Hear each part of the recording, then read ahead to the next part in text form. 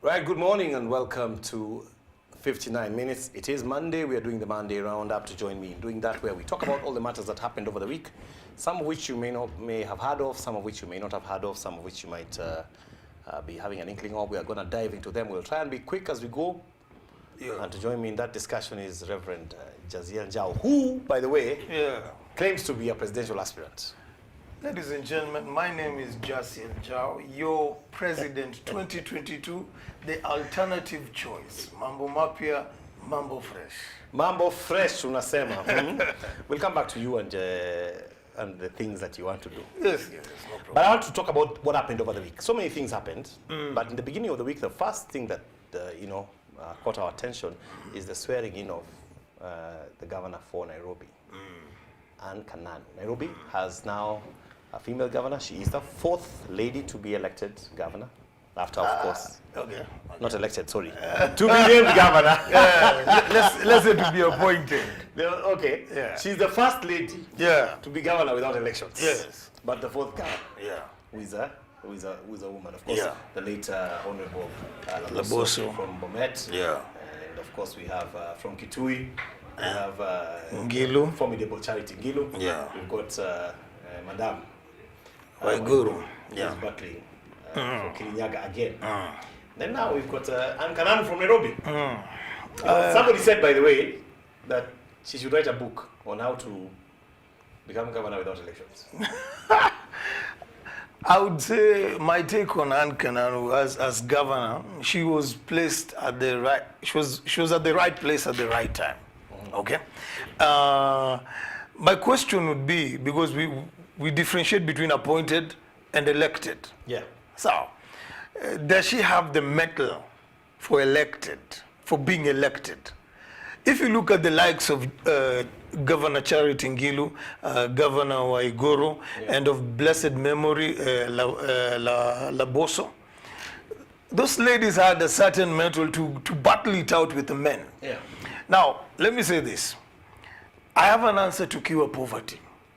This answer, the test of poverty has been tested in the States, it has been tested in the UK, it has been tested in Europe, it has not been tested in Africa per se, and particularly Kenya. What is this exactly? It is women empowerment. The leadership of Anne Kananu brings to the forefront women empowerment. And you will agree with me, Rwanda is the country that leads in terms of women leadership in parliament. And you can see the changes that have happened in Rwanda. I don't know if of her getting, sworn in. Being sworn in. All right? Sworn in. But, so the aspect of, hata wewe ukiwa na biashara, unaambia mwanaume, tutafanya. Alafu ukimwambia wacha niongee na wife, hiyo busy na jonge imeenda. Because there is something a woman brings to the table that can help you succeed or fail. So women empowerment should be encouraged. And in my government, we shall encourage women leadership. Because failure to do so, we are actually going to bring this nation to a standstill. And if we can take cues to learn from President Kagame and the way he's doing it with the women, 52, but there is now 66% of parliament in Rwanda is women. I think we can do much better. And don't forget, if you're looking at women leadership in Kenya and you're looking at Governor Ngilu, the Kitui County is a prototype of what devolution can do. The factories that have been started there. So I'm saying to our governor. So it's a good thing that happened. It's a good thing, but we have one year. Sai labda ajipange. Haezi fanya siasa. Do you think she wants to run for elections? Akiwa politician ajipange. There are stories that she's standing in lieu of someone. If you ask me, this is just a platform for CS next year. Not for governor. Do you think she will run for governor? Electively.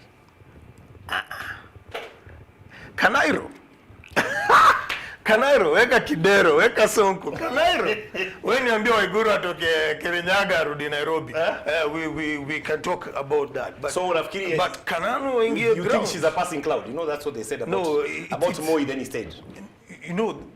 They thought Moi was passing, but Moi stayed 24 years. Yeah. He had the mettle. Moi was shrewd. Moi was calculative. He was a giraffe. The one for Kananu, you can't compare. Don't put them in the same box. Bana, unatuangusha. President Moi was very calculative. Some of the lessons we need to learn. The temperament of a president. A mere teacher ruled this country for 40 years. 6 years in cabinet, 11 years as DP, 24 years as president. You don't joke, bana. Iya Kananu ni kujiposition so that she can get a CS. We wait to see. Let me move to something else because there was Governor Kananu tutaona kazi yake. We'll see how she works with NMS. We'll see, you know. Yeah, take the credit for Buddy. Yeah, that's what. Yeah, he's doing. As a government, Buddy. As a government, but Buddy. Toa Buddy, utaona ziasa Kanairo. Huko na maneno. All right, Miguna was to come on Tuesday. Here, oh yeah, in this country. He went to Germany, akakwama huko. He's awaiting a court ruling from there he wants a ruling to compel the airlines. Air France in particular, to bring him to Nairobi. Meanwhile, here, PS Kibicho said, you know, this guy has a Canadian passport. Arudi Canada and apply huko Ontario. Bila taka mjwezi shuka hapa na ID, according to Kibicho. Your thoughts? My thoughts, Biguna, number one is a non-issue. But being a non-issue, let's discuss the pros and cons of Biguna. The pros of Biguna. He's very learned. And number two, he's a political activist. Okay? Those two, he's good. The cons of Miguna is Miguna is a threat to himself. He's a threat to himself. And I'm telling you, Miguna cannot come back to Kenya as long as Baba is alive. Miguna arudi Kenya. The reason being, when it comes to politics, and I told you, and I repeat this for the sake of the viewers who are watching, okay? I told you, my political opponents are the DP Ruto, Baba, okay? Alafu JAZIER NJAU tuko hapo. Alright? Kuna wengine au ine ni others. Kalonzo amesema announce wiki. Nilikuambia major announcement. Ingine ni others. Bado watermelon haijajipanga bado. So ni wewe Baba na mimi Baba na DP. Alright? And let me tell you, as I study my opponents, there's one thing, there's a rule in politics, bana. You don't cross the red line. Families are no go zone. When you lack political principles, where you hit below the belt, in terms of I attack ideology, I don't attack the man himself. Miguna is a threat to himself, and I'm telling you, watch, as long as Baba is in government, Miguna asao kuja Kenya. Na hizo red alerts zitakuwa zikitoka everywhere. Air France wanajua, if we bring this guy to Kenya, the government of Kenya can block us off. So you don't do that. You just don't do that. So for him, hiyo ndio shida ya kuwa too smart. You think he'll come before this regime? Nakwambia akuji, as long as Baba yuko mahali hapo tu, hata unajua nikiingia minda You're blaming Baba. Si Baba alikuwa anamtetea, he was at the airport. Boss, nilikwambia kipindire uchezango. Hata mimi ndakuja hapa niseme Baba. Because Biguna seems in his tweets, he seems to blame the president and Baba. Is it justified? Let me ask you, if I've played a part, for example now, in my government, Levi Kones, CS, Foreign Affairs. Sawa. Alafu Levi Kones, akuja anze kunichomea CV huko mbele. Ati JAZIER, you know, you guys, you don't know JAZIER. Buddha. I will be there saying, it's just a few bit an issue between me and my CS. Lakini uko nyuma, I will deal with you perpendicularly. This is why utapata kura. No. Unaona vile unafanya watu hapa on live TV. This is why. Don't confuse discipline and dictatorship. We have to streamline this thing. Miguna did wrong. He crossed the line. Na hata Baba akismile, anajuanga wewe. So anakula discipline. Wewe, wacha ni Speaking of discipline, let me move to the disciplined forces. Usually we refer to those ones as the Kenya Army, but there's the other disciplined guys who are the police. The IG of police, Hilary Mutyambai, he said that people should not record police officers. Wale watu wanaenda around wakirecord police officers, ovyo. When he was asked whether, he has got talk to the IG. A hashtag he runs on Mondays between 11 to 12 p.m. like today, where you can ask him anything. So one of the questions he got was, hey, boss, can we hear that there's some policemen complaining, saying that we are recording them. Why are we recording them? Can we put them can we record something happening wrong with the police and put it out there? And he said, this is what he said. He said that police officers can be recorded while on duty so long as the person taking the photos or videos does not do so out of malice. Kuna picha zingine ambazo huwa mnaweka. Hata niko na moja hapo. I think there's a guy who recorded like that one. He recorded the police guy in the matatu. Mali pasambaza. Akasema anavunja sheria. Such photos, are these malicious photos? Unajua huyo labda anaingiza hiyo matatu town isishikwe. He said record police objectively only. Hapo unaona. Let me say this, let me say this. Last time nilikuambia hapa vile nilikuwa nafanya high school ukaanza kusema, oh, I'm very sorry I brought a nationalist sijui nini. Sasa nilikwambia I have been a matatu, a makanga myself in the matatu industry. So ukisema discipline forces, wacha tuweke Kenya Army. All right? And that part of recording, I agree. Because, once again, I come back. When you look at the DP Ruto, bottom up, and when you look at Baba, Azimio, and let me say, Azimio itazima. Bottom up, itatoka bottom, itabaki bottom. Sir, JAZIER is bringing JAZIERnomics, and our pillars are 3. Number 1, zero tolerance to corruption. Number 2, nitakuambia tukilaunch chama. Number 3, nitakuambia tukilaunch chama. Juu ya number 1, I'm the only viable guy among the two who can handle it.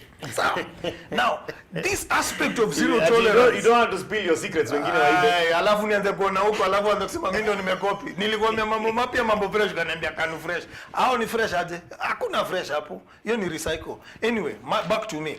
Zero tolerance on corruption. The forces, the police, if we can bring the aspect of corruption where it is a dual play between the people and the government, that recording bit is what puts the police officers into check, because some of us, we do not know what happens, but when the people record without malice, I agree, that should come into play. Now, the question also I would like to ask is, unajua, I told you I'm a political preacher. Unajua John the Baptist aliaddress police pia kwa Bible. Alisema nini? Luke chapter 4, aliambiaje police force? Number 1, do not accuse anyone falsely. Do not be contented with your wages. Hizo si shida za police. Na zilianza kwa John the Baptist time. Lakini si Biblia pia inasema if you are in trouble with the law, malizana nao kabla ufike kotini. Kabla ufike nao. Sasa zile mnaenda finish quickly. Inaitagwa. Si Biblia. Sasa umeniingiza zone nyingine, hermeneutics, interpretation of scripture. Hapo hakuna ati tu ni do. People go that way. Sasa unapata by then nishaisimamishwa. Unasikia sasa kwanza nikamwambia I'm a preacher.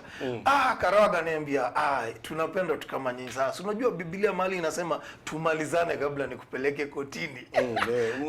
Tumalizane and that aspect, if we are going to fight corruption, openness, honesty, one of the things we shall endeavor in my government. No, ukicheka sana nikisema in my government. Sijui kama your excellency ndio utakuwa comfortable but in my government, corruption, we need to do it in a way from the forces. I hear you, but what is recording police objective? Did you see yesterday? Let me just run through this one. Yesterday there was a news item about a lady whose husband was arrested in traffic, and was arrested by police, na ni kama akapelekwa kwa Subaru fulani na amepotea. And this he managed to call her and say, you know, I'm being arrested, an Ethiopian gentleman. Yeah, I'm being arrested, but now the guy cannot be found. He's gone missing and he's not being found in the police stations and stuff like that. You see, it so happened that this story came because there's a motorist who recorded that as it was going on. I mean, in the world we are living in right now, I'm telling you, every third person is recording something somewhere. Hata tukianza tu kuzushiana tu hapa nje za hizi, kuna mtu atatoa hapo by the atatoa tu phone hapo kwa hiyo story. Okay, maliza. Because I'm trying to, the thing I'm saying, when he says record police objectively, what does he mean? Because see, if some of the ills that are done by some policemen, not all of them, are not recorded, then it will not cause them to be. Look at Kibagi's government. It will not cause them to fall in line. Look at Kibagi's government. When such started, all right? Even taking bribes, the police officers were running away because they were avoiding being recorded, okay? When it came to President Uhuru's tenure, all right, he's done his best, but other people are taking advantage. And that's why you had the president the other day saying, by the way, if you're caught now, this issue of transferring somebody to Mandera, we are exporting corruption within our own counties. So he said, you're fired on the spot. Now, if it is a case of wages and lack of being treated fairly as police service, then that should come to the forefront.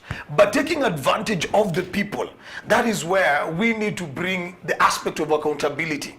And I can tell you, hiyo story umesema hiyo, hapo kuna story. Hiyo si karao, hapo kuna story. Kuna story hapo.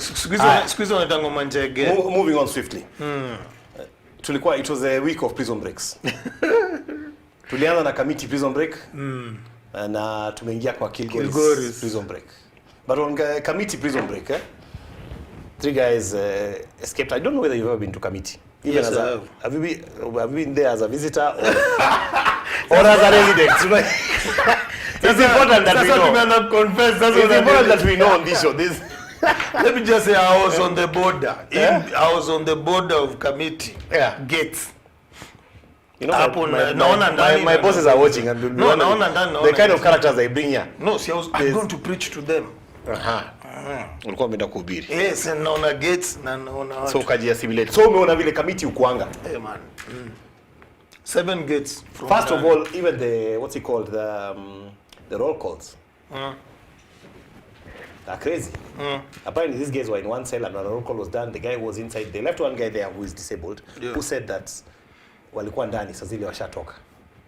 Then also the kamawe they removed to escape, which incidentally hata ya Kilgoris pia kuna kamawe kalitolewa. It seems first of all you can't be my size and escape. Hakuna mali utaenda. You notice vile walisema there was a bribing factor. Because ukiuko ndani kuna gate ka 7 before ufike utoke. All right? And so it's like the story of the Chinese wall, where it was built to a place where nobody would penetrate. But they just bribed the one manning the gate and they were able to penetrate the expensive Chinese wall. All right? And looking at the committee saga, people are looking at it from kwanza wanasema ule mse wa 60 million apea kwanza. But mse ashakuwa handsome. Ni peke yake alikuwa peke yake.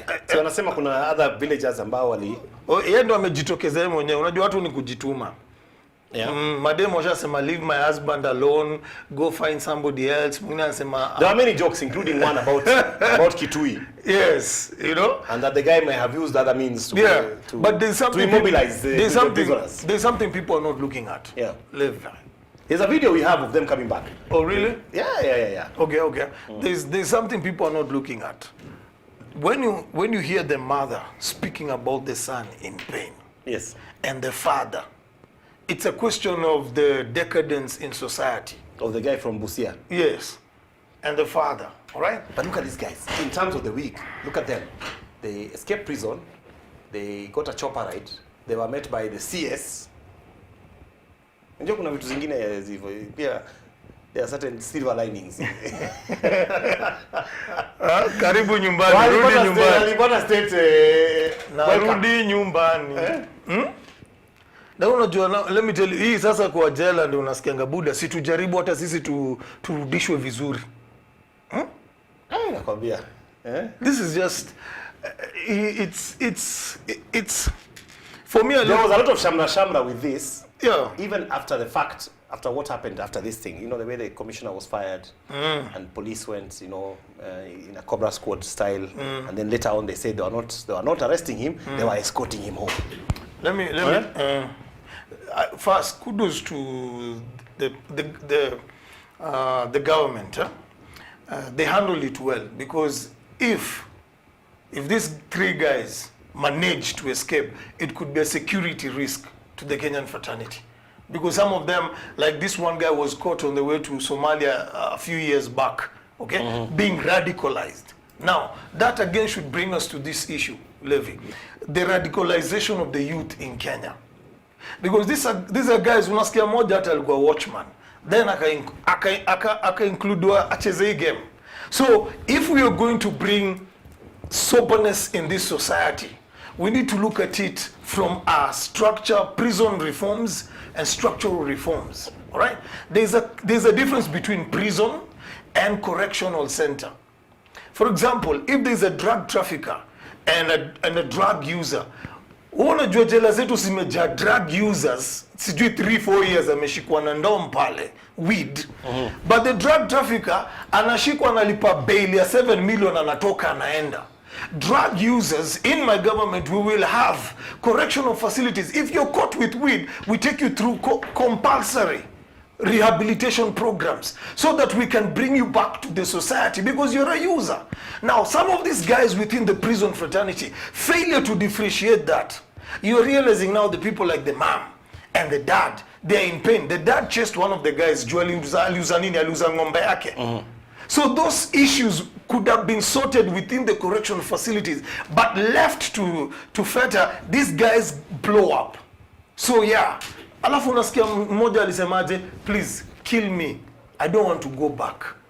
Is that should that be a need for us to do prison reforms like back to the days of Moody Awori? Oh, should we bring back human dignity to our prison, to our inmates? It will even be tighter. Let me ask you, for example, do you think the changes that happened with the prison, with the changing that at the top and all that, will it cause, because that change happened and immediately we had another prison break? Yeah. Is it a season of breaks? Is it a coincidence? Is it a season starting here? Will the change actually cause, this particular loopholes in the prison service to be sealed? Yes, it's a season of purgings. It's a season of purgings. And you're right. Should the boss have been sacked because people said, this thing CA enforce uko chini? But kikiumana ni wewe unaangukiwa shida. So you better be in control of the whole structure. Hapo ndo nakwambia discipline, not dictatorship, discipline. The back stopping somewhere. The back stops with you. Because at the end of the day, wewe ndo unakatwa kichwa. All right? So if it happened from committee prison, it comes back to you in the office. So the way they dealt with it by dealing with the headship factor. And like we say, you change the head, you change the whole structure. Kila mtu anaogopa. Kila mtu ataogopa. But now if you deal with those juniors and the head is still there, ataleta wengine. Because this was a bribe factor. So yes, you're right. This season of prison breaks, you have to deal with it from the head. And I must say, and I must commend the president, the season of purges that are coming within the President Uhuru's term are signs of my government coming to clean it up all kabisa. Kila mnaona, musi expect to tofauti na mimi. That's funny. Your government, well, same as that was happening, a court ruling came saying, that the DCI boss has been sentenced to 4 months in prison for contempt of court. By the way, alikuwa hapo anahuva hapo kamiti pia na kuna court ruling imekaa inasema arrest this guy. Of course, he has said, this is about the Jimmy Wanjigi case. Yeah. He has said he's not about to return those guns, and he has even said he's willing even to pay a fine. It's also moved to court, of course, to contest this particular ruling. Yeah. But this country and rulings, man. Will you ever see a ruling come out and say that he arrest that guy na anaingia ndani? If it come for you or me, we are inside by 11 p.m. This country, some of these acts, when it comes to government, serikali ni serikali. Serikali ni serikali. All right? So there are some things the DCI knows. Hizo guns haezi rudisha. And I think it was somebody, you or someone who mentioned, why for? Yani, when it threats sana, why for? Right? So the DCI, wacha wacheze kipindi yao vile wanacheza. Because there's something they know we don't know. Alright? But the other bit is to my others, Jimmy Wanjigi, who I saw also was complaining he's not being treated fairly in ODM. All right? And he made a press conference and said, you know, if you do not treat us fairly, we will leave this party. And don't forget, we are big financiers in this party. And I'm telling the businessman, business mogul, Jimmy Wanjigi, come join this alternative movement. Tukupatie home, ukue felt, tutakupatia tenders, vile unasaidianga ku-negotiate on behalf of government. But when it comes to issues of guns na nini, let the security force do their bit. Because if we meddle in those affairs, there's something we do not know. And the DCI is right. Wacha aende basi na lawyer wake, wa argue it out. Because if you allow it, what are we looking at next? Gun control bill? Let's take a break on that note. When we come back, more the devolution conference, as well as other pressing matters. By the way, kuna story ya COVID pia. You know now that if you do not get vaccinated very soon, you don't get government services. Inaga kama 666. You know government services include even getting married. No, you know the government services. Mutai Kago alikuwa smart akisema government services. Government services. Ni kila kitu ya serikali. Ni kila kitu ya serikali. Yeah. We'll be right back. Don't go away after these messages.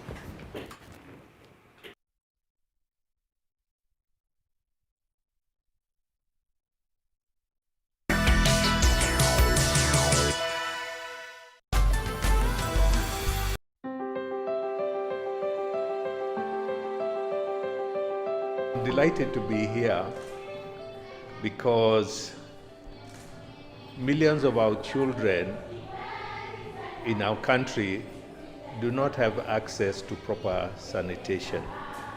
They come together in numbers. If you visit all the schools, you'll find children 700, 1,000, 1,300 sharing toilets that either have no water or are non-functional, but still they have to use it.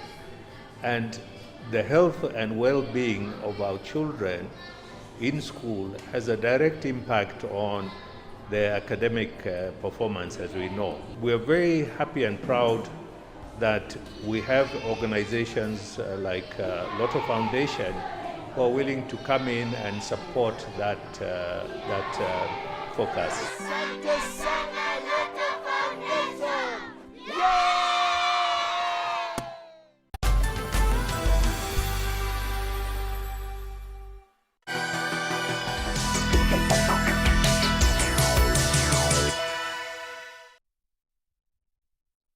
Welcome back to the Monday Roundup. Levi Konesi is my name. I'm here with JAZIER NJAU, who claims to be a presidential aspirant.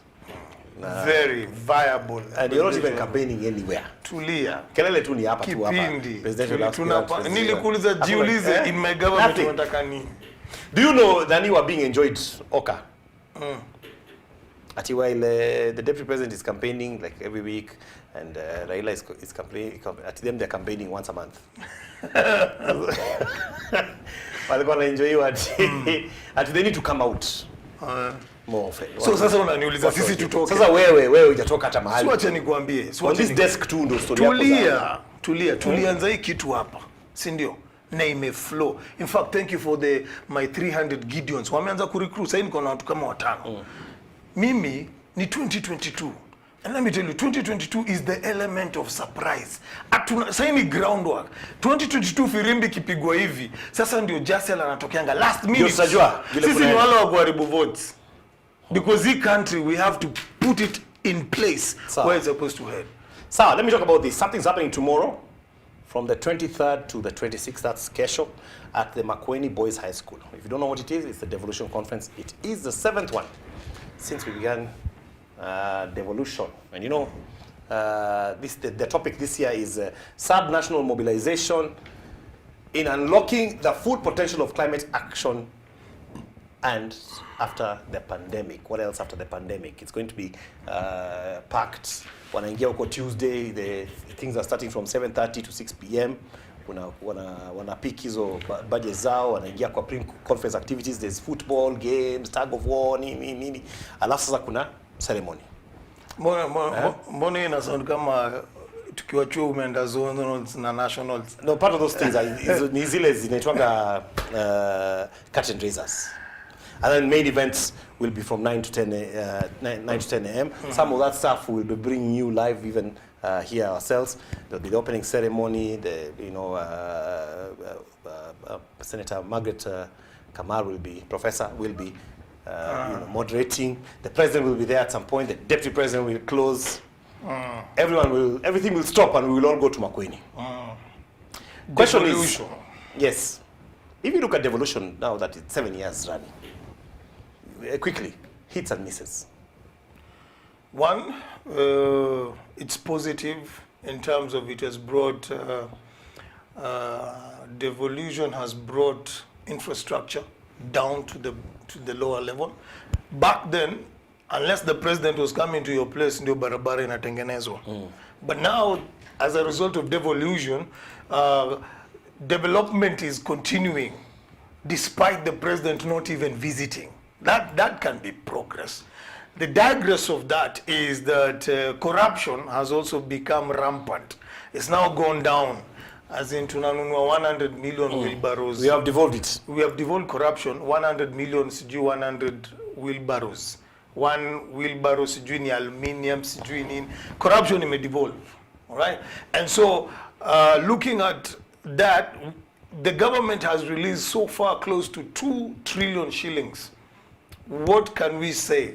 Has it been of utmost essence to the fact that we are proud of our counties, or yet it's still wanting? It's a good question. I think we'll keep an eye on that devolution conference and see what they say over there. Next week we'll talk about it because I know there'll be quite a few things that will come from it. We'll be able to talk and see what they said at the conference. So keep your eye on that. 23rd to 26th, that's tomorrow, running all the way to Thursday. The devolution conference happening at Makueni, hosted by the governor, Kivutha Kibwana, who has been said to be one of the most progressive governors. Progressive. I don't disagree. Amefanya job. Huyo hata kwa serikali yangu tampatia kiti. He's doing a good job. Okay, opinion polls. We only have 60 minutes. I want us to run real quick. Opinion poll ya style itoka. Run by some guys called Tifa. Yeah? They said, that Ruto akona 38%, Raila akona 23%, and gaining, as I said. And this opinion poll has been dismissed by both camps. Wewe sikukuona kwa hiyo poll. Are we there? Is we there? Is we there? Why not? Nimeona hapo, I have not seen your name in this poll. Acha nikwambie. Na nikasema to our polls. JAZIER na hii ni kelele yake kumbe ni hapa tu. To our polls. Unajua hata 2007 walisema Kalonzo is the leading opposition leader. 2007. Na ni baba. So hizi ni scientific, si ndio? Si scientific. Yeah, scientific. When a sample, me have never been sampled for a poll. Me too. Ever in my life. Me too. Hata sijui wanatonga wapi hizo samples. But I imagine they try to do their job well because they come up with the polls. And you know what? When people are leading, because the problem with, like for example, the deputy president's camp are not annoyed with the poll per se, but they are saying, according to them, they have 54%. So if polling ingecheza mali kama hapo, wangesema. For me, polls ni perception. Kudos. Ndio, polls is perception. It's trying to show how the ground is. Ground iko aje. All right? That's perception. This the scientific bit. They said undecided people are 23%. True? Very true. That's why they are with us. You know, so unakubali poll hapo kwa 23%. Just the fact na unaidismiss hapo kwa hizo stories zingine. Just the fact that hawajatuweka hapo does not mean 23% atuongeagi nao. Tuko nao mbaya sana. Na kwa mimi firimi tunangoja kupiga. Unajua kuna scientific polls na kuna spiritual polls. Spiritual polls, mimi nishashinda hii kitu 2022. Say wanaona hii kiti view sasa Sugoi na Bondo wakisema tumeachia kijana kiti. Spiritual polls I'm heading by the way. Zishaisha hata. Scientific polls ndio anioni. Uko mbele kwa how can science not see me unless wakuja tulize spiritual polls, where are we? Yeah. Sawa. We keep an eye on the polls. Kenya Power. Why in the news this week? Why? Because Kenya Power made a directive asking all their staff to submit personal details. They're trying to look at corruption issue. And some kuna wase kuna do behind the scenes.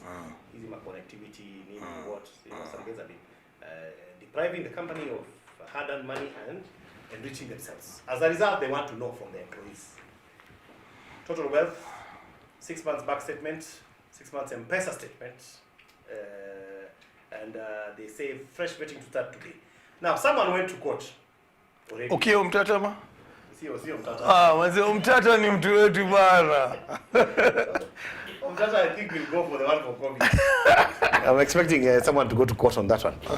But someone went to court and that has been put aside pending the hearing.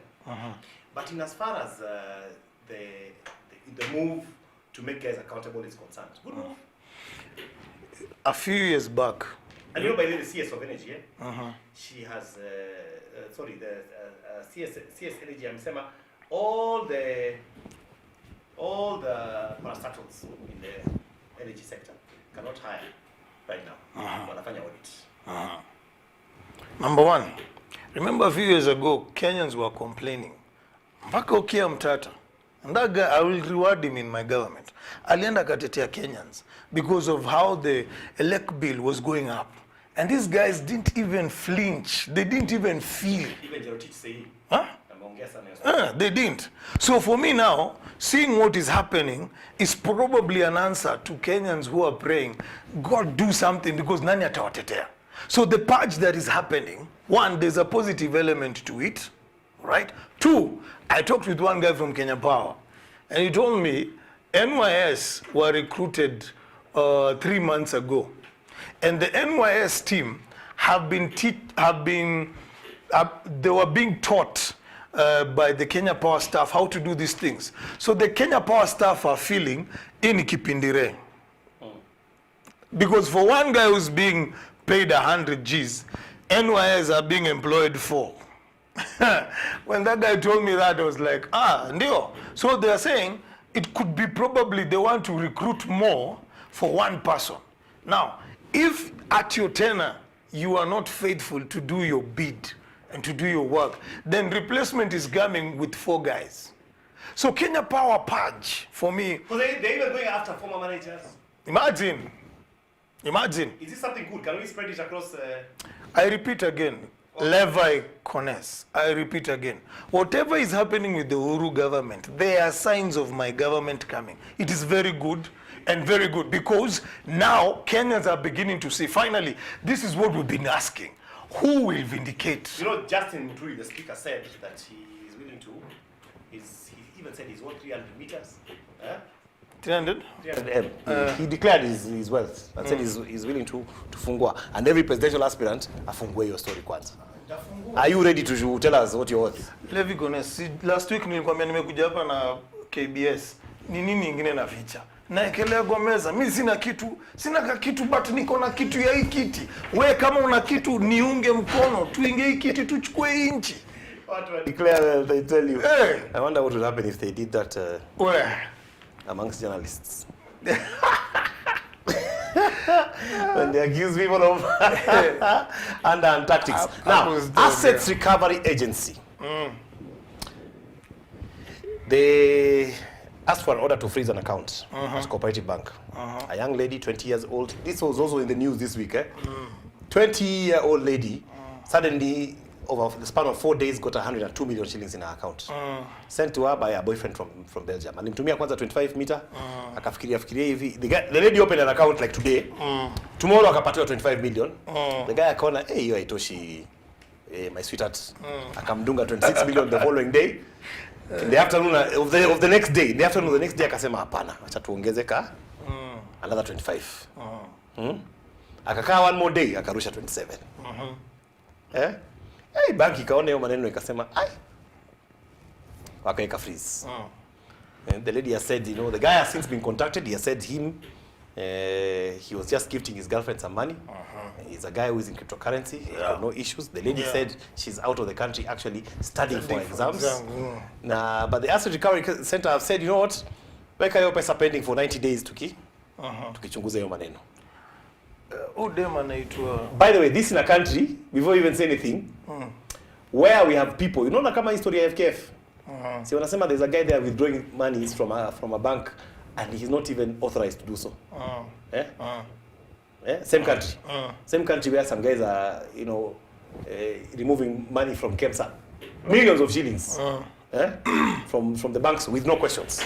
So no, that's why nasema wanyonge mnafinywa. Na mimi ndo ndawatetea. You think this is money from, if it was your daughter? Oja. Si wamefanya research. So wamefanya this is a billionaire in Belgium. Easy wash. Ashaandika mpaka affidavit, si ndio? Udema anaitwa Nyamadhera. Wachaneni na Nyamadhera, akule pesa yake, Mungu amemuonekania. Hii ndio ile siku amekuwa akiomba. Yesu kuja, amekuja. Sasa mnamuendea juu yeye ni small fish. Ma big fish wakitoka huko KRA na wapi na Kemsa na wapi, hamuwashiki because mnajua hao wako na connection. But Nyamadhera unaona hata ame fly out study for exams, arudi. Life imechange. Lakini hana mtu huko jua kumtetea. Lazima tutetee wanyonge. Mungu amekuja Belgium. Sijui kama ni uchawi ama ni maombi, lakini imefanyika. Amewekewa pesa 102. Nyamadhera naona nimeomoka, vindu vichenjanga. Shida iko wapi? Hapo kuna wash.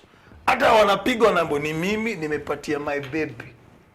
Nyamadhera naye ana fly atu stress asome arudi afanye exam. Sasa mnafunga account ya nini? Nikiuliza by the way. Hawajafunga. Una freeze. Wamesema apeli. Wacha nikwambie. Si last week tuliongea FKF tukasema nini? Ati caretaker committee. Hii 90 days wanaweka caretaker committee ya bank. Udem atambo wachilia hii mbao, tukuachilie 8. Na itaenda hivyo. Ngoja uone na Nyamadhera atatoka aseme have been denied my human right. They took money. But it's the truth. Levi, hakuna kitu ya kudiscuss. Nyamadhera enjoy. Mungu amekuja. If you put in money over $1 million, Bob, you're supposed to declare. Yeah. But lawyer wake alisema, unaona Nyamadhera mpaka sasa ana lawyer. Amesemaje she's not in the country. She's coming. Si tumngoje afike. Alifungua account, akaambia baby come, akatoka, nimetuma. Ukirudi utapata. Yeye anajua Mungu ashashuka. I tell you. Huyu jamaa hata hajalipa dawari ya shamba. Hajalipa, kwanza dawari bado. Kama ametoka Kiambu County, hiyo village yote. Crusade. Ingoje. Crusade. Mungu ameshuka. Oh, we are almost out of time. Now, we were saying something. Ngoja na Nyamadhera nitafute, ningetaka kuongea na Belgium, huo msee. Tunaweza ongea naye, ni fund campaign, tutasaidiana sana. Unaweza ongea na msee. Naweza ongea naye by the way. Government says yesterday, CS for health.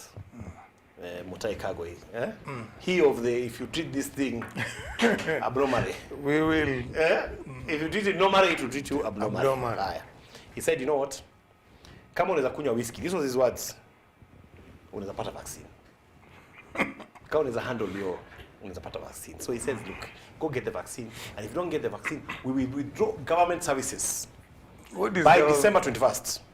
What is government services? Government services is notifications of births, Arusi. Akasema insurance. Government services. Government services. E-citizen ni government services. Na hata alikuwa na suggest hata people who go to places should be denied from going there. So for meals, mambo kama hiyo. Right way to go? Sasa si atoke tu aseme you will not do any, ache kutumia kipindire ya government services. Aseme tu my Kenyan people, this is a 666 pre-warning. Unasikianga Nairobi County kama kuna fire drill. Aseme this is a 666 drill. If you do not have the injection, hakuna kitu mnakula. Do you think people will believe though? Kenyans. Si ndio nakwambia mimi hata naingia kampeni yangu last minute. Kenyans ni watu wa last minute. Watu wasema ai government inatuhitaji. Inatuhitaji. Ukumbuki COVID ikianza ilikuwa hawezi kutufungia. Kuna mtu wenu wote amekufa. Sasa ile watu wale wanakufa wasikia boss, hii COVID ni ukweli. I would like to see the statistics on whether that increases guys for the for the COVID jab. Plus, I would also like to know from government. We do not have the capacity. Whether we have enough vaccines for everyone. No, we don't. If we're going to send everyone to say you must get vaccinated, do we have for everyone? Because they were targeting 10 million people by the end of the year. Yeah, that's where it would leave 37 million people. That's where my thinking is coming from. If the previous time you said that, and then we were now stranded, it's not AstraZeneca, now we need Johnson. Sasa unaambia kila mtu that. If we all wake up and go for that vaccine as you said today, that's a panic mode you're creating. No. Will we get it? No, we can't. All of us, we can't. Tukisema okay, sasa tumekubaliana na mambo ya CS. Wanachomea Uhuru. Uhuru pia anachomeongwa na watu sana. Because you can't, there's a way, there's a modus operandi that has to be applied. There's a way you have to handle it. Now you're putting everyone in panic. When it started, you were actually forcing people and they were not coming. When the death toll rose up, now everyone took themselves in. People went. People went. Unasikia hata sasa hakuna masindano. So now, why are you threatening? Unajua usikuje na vitisho. Hii vitisho tu. Vipindireza serikali. But that said, get the jab if you can, where you can. Get the jab. Ni muhimu. Get the jab. Ni maisha yako. Ni muhimu. Afadhali uipate and na 666 and nothing happens kuliko you say you don't want to get it. Get it. Something small as we go. Yes, sir. Something small that's big, that's not even being said. You know, IBC ballots and the form tender award. You know, it was nullified this week. Why? You know, when the IBC ballots, forms and tender is nullified, and we had 10 months for election, 9 months for election. In fact, we are lower than 9 months. It's not even a time to get a baby. Ukipata mtu saizi anazaliwa in a new government. Sindio? Kweli. Because it's 8, alafu kuna hii December tu hapo. Sasa, when they nullify that, they've sent IBC back to the drawing board. But no one is talking. I don't even see it in the papers. Yet that happened last week. Hizi gazeti tatu, hakuna story hiyo ya IBC. Tunangoja saa zile iko na noma sana, then we will wake up and shout. Your thoughts? When do you run for president? No, they are doing a very good thing. Whoever is doing this, please continue. We are coming. And we want to talk with them. Once we arrive, ballot box itafika. There's political temperature. Hawako sure. Hii wanaona hii. Wili hapana. Tuna need another third force. The alternative. So once wanaona they are safe. Nullify tender. So they'll have to re-tender. Mwenye process ni mrefu sana. Skiza, all things are possible in Kenya. Kwani umesahau? All things are possible. Yote yawezekana. Na ni vile sisi hatuko. Last week nilisikia Toli. Sasa, amesemaje? The question is not whether William Ruto or Raila Odinga. In whose hands? Is whose hands? Are we safe? Nikasikia Sabina Chege akasema, the issue for us in Mount Kenya, our question is in whose hands are we safe? And I'm telling, squeezy mambo ni sure bet. Bet ni safe. With JAZIER NJAU, frontrunner of the alternative movement of Kenya. Bet ni safe. Na ballot box zitarudi. Yote yawezekana. Hizi hands zako hapo. We are safe. Niko peke yangu, si niko na wewe, foreign affairs, yes. Niko na wengine. Mimi sitaki noma. Wewe utakuja tu. Unaongea hivi alafu tukiingia wewe. Sitaki maneno.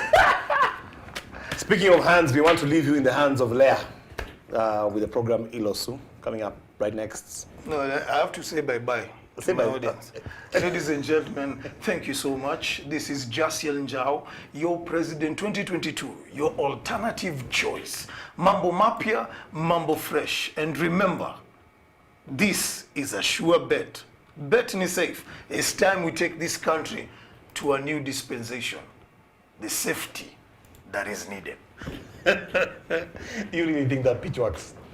Oh yeah, boss. Napigiwa simu. Wanakaa. Si ni wanyonge lakini Mungu anatusikia.